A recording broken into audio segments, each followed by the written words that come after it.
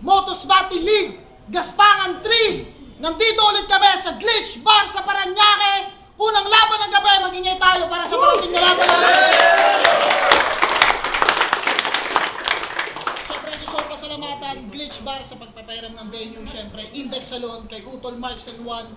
Siyempre sa Pastry Vapors, Crown Manila, Cypher Philippines, Ian Angeles, sa Badu Boutique, kaya maraming salamat sa Blacksmith Jewelry. Yan, maraming salamat sa inyo lahat. Real Jokes, Branded, Hypebeat, maraming salamat din at sa suot ko ngayon sa Unhinged. Siyempre, Egocentric, shoutouts din. Beast Chainworks, maraming salamat. At yun, eto, solid na laban to. Pambungat natin sa kanan ng galing pa ng Valenzuela, mag-ingay para kay Dre Professor. Yo, Dre Professor na Range Music at lokalidad. Sa kaliwa naman, ng galing pa ng Taytay Rizal, mag-ingay para kay Cynical J. Yo, Taytay Rizal, Triangulo, Safe House, Borsariel. Yan, nagkwentos kami. Nanalo si Cynical J, pinili niya mauna si Dre Professor. Unang banat kay Dre Professor, pakinggan natin. Wala nang intro, simulan na agad natin yung sabaan. Talagang papaiyakin ko itong lagi niyong tinatawanan. Sino ba namang di gaganahan? Ang tagal ko walang laban. Ngayon papakitaan kita kung paano ako magpagpagkalawang. Ang tagal na sa larangan pero wala nagbago sa galawan. Nananalo ka lang naman sa dami ng punto sa kalaban. Pero pag bigat na yung usapan, wala kaming suntok na aasahan. Sobrang hina lang nung arson, hindi mo man lang tinamaan. Kaya walang kinalaman kung palaging napapanood ka. Nung ako hindi na bumabattle, si M-Site, nalulungkot na. Banat ka lang ng banat, pero yung kalaban di mo napapatumba. Tol, yung rap battle, parang boxing din yan. Kailangan ng tamang timing pag sumusuntok ka. Cynical J, puro pambata lang naman yung kanyang mga typical play. Pag nakipagsabayan ka sa akin in a lyrical way, makikita ka ng mga kaibigan mo na nasa critical stage. Anong Cynical J? CJ? Pwes walang sinabi tong CJ sa aking comeback panis. Hihinto tibok ng CJ parang cardiac arrest. Ikaw yung CJ na merong 7 kasi mga banat mo pag grade 1 ay kata 007 na parang ako si James Bond. Ikaw yung CJ na pa-cool kid, hindi yung CJ na laking kalye. Ikaw yung CJ na taga-bukid, hindi pang GTA atake. Ikaw yung CJ na walang music, hindi pang Young God Records pare. Magkaka-bars lang tong si CJ kung yung CJ nyo, diamante. Ano ba tong tinapat mo, Site? Napaka-basic naman. Dapat ikisa na sa poster yung lame shit na yan. Wala akong luma na inangle, puro latest lahat. Kaya hindi ka mananalo gago pag puro Apex ka lang. Kasi ano ba sasabihin na ito? Na wala akong dating? Kamukha ko si Apex paglalag natin? Puro multi lang daw na mga pasaring. Sige, i-breakdown mo yung estilo kung hindi mo kaya gawin. Round 1 pa lang, kita nyo na. Wala na kagad panamas sa akin itong umaasta na bitter. Ginamitan ko ng utak, buong pusong dineliver. Para akong osong kakatapos lang mag-hibernate sa winter. Kung yung gigil mo pang winner, yung gutom ko ngayon pang beginner.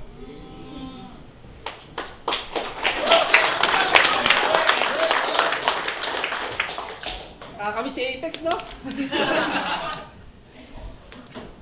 Anyway.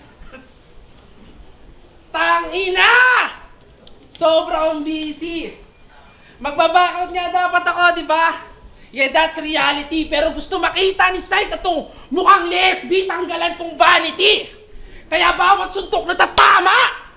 Magiging Messi, wala akong pake sa policy kasi walang magagawa. Kahit si Ever ready sa gagawin kong battery! Nagpabaya. Nung huli kong laban, kaya yung binigay sa akin insulto. Kailangan pa ako bigyan ni M-Site ng professor para lang matuto, pues magkakaroon pa rin sa akin to. Kahit na meron yan.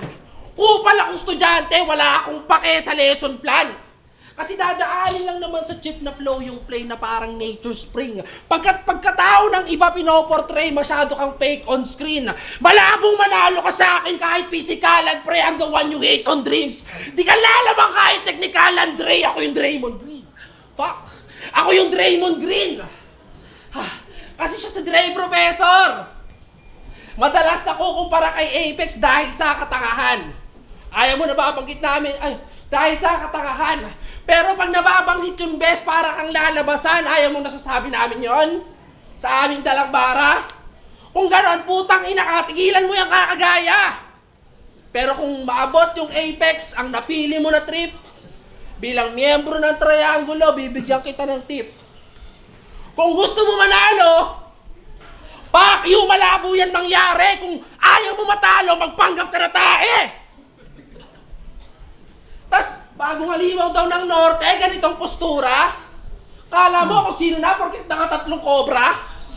Alam mong luma na yung kuha, itong puta na nunduna. Kalukutan, nangunguna, namugtuna ngayon luha.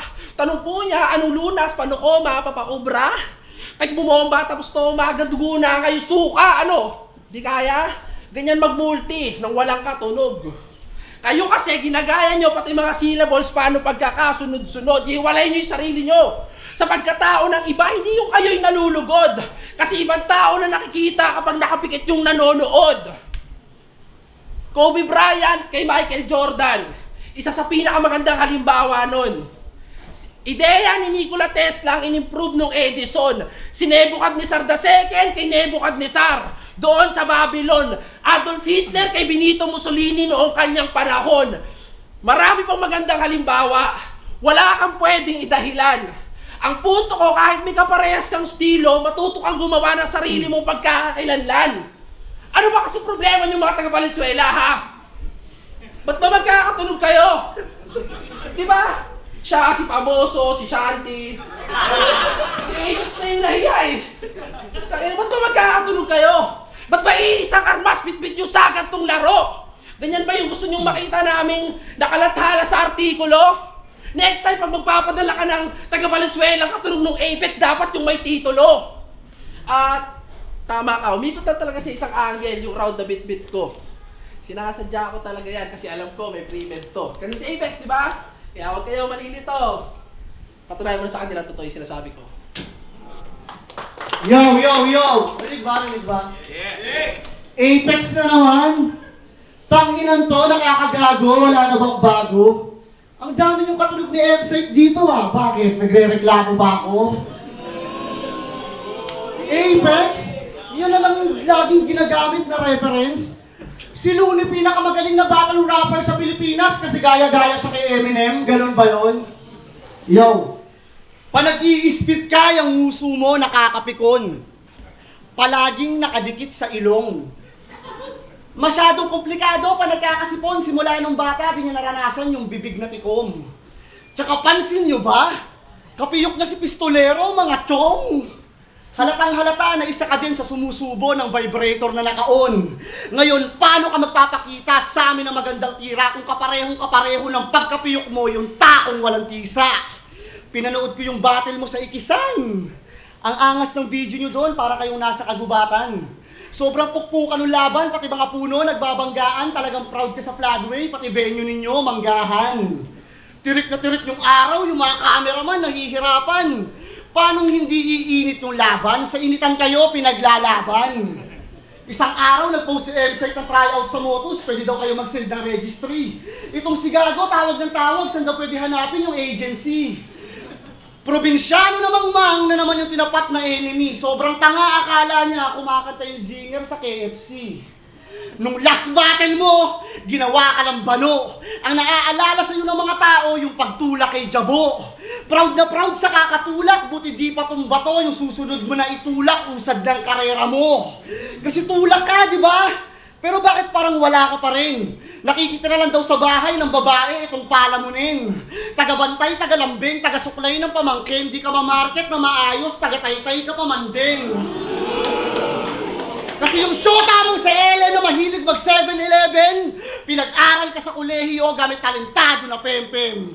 Habang umiiyak, sinisibak, yung mataba niya na girlfriend, nagtutulak, si cynical, hawak yung Glock gumigeng-geng. Malabo na implied yung relationship. Ang sweet! Habang nagpo-push up bra si Ellen, nagpo-push ka pa ng weed. Yung ganyang senaryo, anong akala mo astig? Pag nakapasok ka sa flip top, sana ma-rape siya ni Bagsik. Binaboy-baboy ni Jabu yung syota mo. Nagmukhang mabait ka sa mga tira ni C6. Nung round 2 nyo, si Ellen lang yung uminda. Ngayon kasama pa din si Ellen, di mo na may pagkakait pa. Pinapakita mo lang sa mga tao na gamit siya.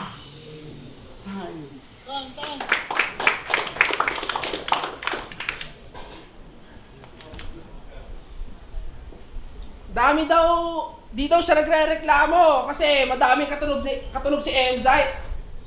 Para kang tanga. Yaan mo, pagtapos nito, tanggal ka na. Kamusta na, Mr. Batang Makata sa ultrasound album? Ikaw pala yon, idol! Gagi, lagi ko yung piniplay sa YouTube at iTunes. Laki mo na! Kamusta? Meron ba tayong bagong galaw? Nga pala, sabi ni Looney, putang ina mo raw! Kapal ng mukha mo! Ikumpara yung sarili mo sa Icon Men. Kahit reference lang yon, putang ina mo, I don't care. Nung napanood ni Looney yun, sabi ni Looney, what on shit? Biglang nahiya yung tao, parang Icon Speed. Pero gangster yan si Tropa. Kita sa pananamit. Pag lumakad pa ganito, para bang mananakit. Dapat kabahan kayo kapag siya yung papalapit. Ang angas mo sana kaso mukha kang mabait. Ayo, kasi ganito yung itsura ng mga... Kasi ganito yung itsura ng mga trip bulihin ni Katana. Tapos, sa motos, lumapag pa, magmumukha kang kawawa. Sobrang kupal na ng mga tao dito, gago, talagang madadala ka. Ito yung tipo ng tao sasabihin na 7K nang, ako na bahala. Tapos meron din yung kanta, ang title, Gang Sign. Yung mga kasama niya sa video, parang pang-hold up yung pastime. Habang pinapanood ko yon, may talagang tumatak sa aking isip. Tanong lang, tol, ba't yung nilalagyan ng silencer yung pellet? Ang lakas ng trip nyo ah. Hindi pellet yun? Pellet yun, kulay blue. May baril ba kulay blue? Kaya susunugin ko yung asul na bandana sa harap mo, you bitch! Sabay, ngudgud yung mukha sa apoy, masabi lang na yo lit! Wala akong pake kahit kasama pa buong fleet. Pinalaki ako sa Dota, sanay ako malasit yung creeps. Kasi ganito mangyayari. Kapag yung magulang nyo, binigyan kayong gabay. Sa pagmamahal ay sagana, sa pagkain ay sabay-sabay. Kapag may okasyon, merong regalo sa inyong mga kamay. Bigay lahat ng luho mo sa'yo, tas yung magulang mo bigla ang namatay. Ganito yun. Kasi nung buhay sumangsang at may tangan tong alat, doon siya tumandang pagmamahal yung hanap. Kaya pinili na lang maging miyembro. At doon siya sumabak. Hindi mo kailangan ng gang, Dre. Kailangan mo yakap.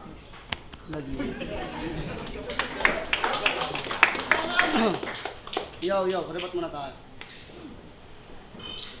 Tinira pa yung gang sign. Anong akala mo? Malapit ka na, ganun?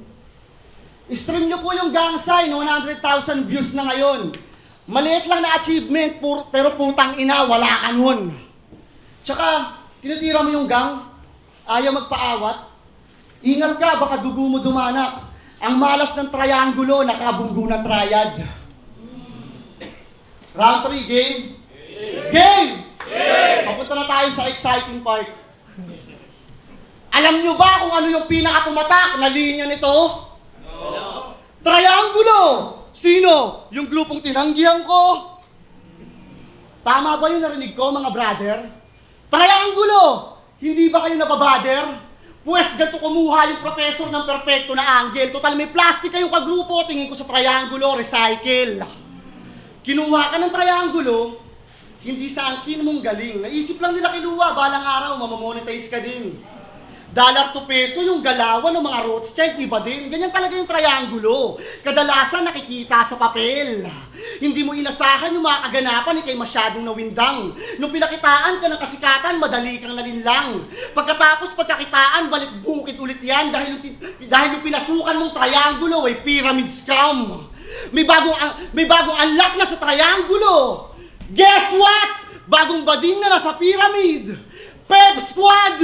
Ngayon palang binabantaan na kita na tumawag ka na resba kahit walang nakatutok dyan sa ulo mo na red dot, kayang-kaya kita i-headshot! Pero hindi to gun bars! Wala akong gagamitin bakal na mahaba! Kung gusto mo makipagputukan, taga sa gubat ko, baba ka! Saktong kaharap mo ngayon ay si Apollo nakamantra! Bubunutin ko yung makaluma kong sandata! Halo-halong laso ng mga kobrang pinagsama! Purong kamandag yun sa triangulo tatama, yung dala kong triangulo na palaso ng pana! Pagtapos ng battle mo kay Epitetikos, pinangalanda ka mo sa mga tao na kaya ka nagpatalo kasi chuchupain ka niya. E di habang nag-i-spit si Epiteti, ipetiti ka pala. Binigyan lang ng FMC, lumabas yung pagkabeta ni tanga. Nung laban mo kay Epi, napaka-epic ang lala kasi itong taga Rizal mukhang Pepe talaga. Rizal, pero yung ginawa mo sa Pinas nakakayamot. Habang busy ka sa Espanya sa kakakantot, ang dami nag-alay ng dugo hanggang hininga malagot. Napakalambot, dilima kasabot, nakilala kita bilang bayaning takot. Yung mga katipunero nakikipagpalitan ng putok, ang daming Pinay natagtad ng sapok. Tapos tong si Rizal yung hawak, balahibo ng pakpak ng manok. Pero salamat pa din sa mga sulat, kasi ang daming natuto. Huling paalam mo na to, sulitin mo yung bawat minuto. Pinatawag kayo ni Syke dito sa munting pagpupulong para makita niyong lahat yung Rizal execution. Ako yung Bonifasong dedikado at delikado sa ganito, saktong-sakto! Sa katapusan, magaganap na yung karawang ko. Sa akin yung buwang to. Kaya bilang pakoswelo, bibigyan ko kayo ng maagang pamasko kasi bago matapos tong taon, ipagdiriwang muna namin yung katapusan mo.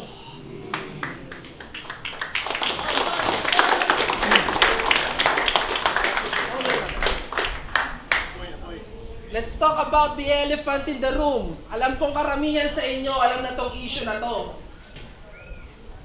Pag-usapan naman natin yung ginawa nyo sa aking pananarantado. Dahil wala pang battle, sumali ako sa dahil wala pang laban, sumali ako sa online rap battle na trip nyo. Bukod sa experience at karanasan, gusto ko rin maranasan kung paano bumatel sa live video. Pero, a week before yung battle, may nagtimbre sa akin nung gagawin mo, iho. Hindi direktang sinabi, pero yung angulo alam ko na mismo. Alam ko sa sarili ko na balang araw lalabas yan. Pero hindi ko gusto ay sa ganong paraan. Kaya pinili ko na lang na ibigay yung panalo. At ponggirin ka na lang. Kasi baka mas kailangan mo yung pera, kaya nagagawa mga ganyan. Kaya nagagawa mga ganyan, pero hindi. Pinatunayan mo lang sa akin na may tinatago ka na shit. Kasi kung hangad mo lang ay mag-move on sa next round, hindi ka na magsispit. Kumprontahin mo ako. Pag-usapan natin yung galit mong bitbit. May gusto ka ba igante? Ha? O, putain na, may gusto ka ba igante? O nangihila ka lang pababa dahil may lihim kang inggit? Oo, kasi inggit sa akin to. Kaya hindi niya ako magawang tignan. Paano yung tinatakam ng FRBL at Motus na gawa kong tikman? Pero di kita masisi. Kung ba't ka naiinggit at nagbigay ng cheap shot, men.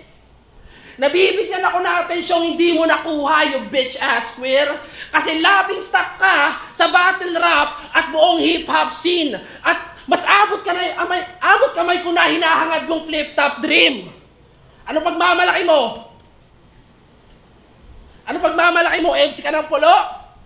Pues wala akong pakialam. Pues wala akong pakialam.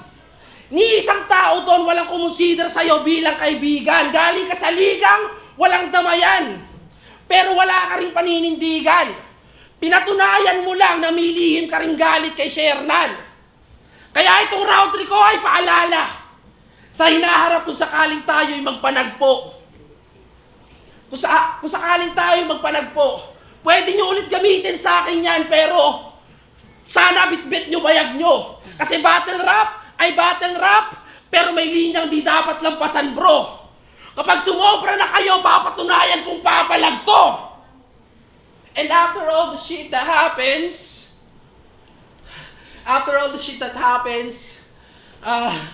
shit. Mananatili pa rin tong andito. Yun ang itatak. Itutuloy ko pa rin tong putang inang to para inyong malasap. Itutuloy ko pa rin tong putang inang to para inyong malasap. Na ito yung pinakamasakit na insultong inyong matatanggap. Sa kabila ng mga panglalait nyo sa akin, nandito pa rin ako sa inyong harap-harap. Ay.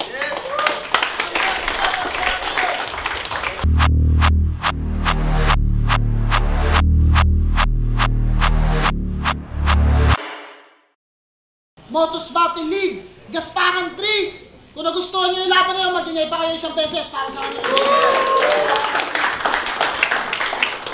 Siyempre, gusto ko pasalamatan Glitch Bar sa pagpapahiram ng venue palagi kay Utol Mark San Juan, sa Index Salon, sa mga suot ko, Crown Manila, Unhinged. Shoutouts din sa mga tropa natin sa Flip Top sa Reddit, yun na nandito ngayon. Pero ang boto ng hurado, 3-0, mag-ingay para kay Dre Professor. Shoutouts kayo. Yo, gusto ko lang batiin ng shoutout yung tropa kong taga Middle East, si Almighty Nox, tsaka si King, syempre yung Shooter sa Parel, Casa Lange, Chich Piercing, si Junray, tsaka si Joshua na alam niya na yun. Yo, shoutout ako muna yung girlfriend ko si Ellen. Nagawa ko yung gusto ko and masaya na ako doon. Yun lang. John Casper, binoto ko si Dre Professor. Tingin ko round yun, hindi nakadikit na laban. So, ang ganda rin kasi ng mga ano yun. May mga magagandang punchline din sa round 1 si Cynical. So, piling ko dikit na lang yung 1 pero yung 2-3 medyo naging marumi na yung performance tsaka mas lumamang na talaga si Dre. Kaya Dre. Espero Tacoma. Para sa akin, round 1, round 2 kay Professor. Doon, ano pa kanina? Dre Professor. Round 1 and 2. Pero yung feel ko naman hindi naman sobrang layo kasi pumapalag naman talaga si Cynical J. Kaso hindi niya talaga maabutan yung 1 and 2. Kaya kay Dre Professor yon. Round 3, may narinig ako na abot dun sa sinasabi ni Cynical J. So alam ko na hindi yon para kay Dre Professor. Para yun sa ibang MC. Kaya para sa akin round 3, mas malinaw na kay Dre Professor. So all 3 rounds kay Dre Professor. Yun, college shoutout sa Crown Manila, Black Manila. Cynical J versus Professor. Round 1, decided pa ako, tabla, parehong okay, malakas. 2-3, yun, may mga stutter kasi si Cynical eh. Pero shoutout sa round 3 ni Cynical, men. Sa mga nakakaalam nun, tagus yun, men. Kaya respeto doon sa round 3 ni Cynical. At yun, shoutout din kay Professor Dre, tama ba? Yun, solid, ganda ng delivery. At yun, content-wise, solid. Pero yun, props kay Cynical. Yun, medyo performance na lumaylay. Pero yun, gandang battle. Guys.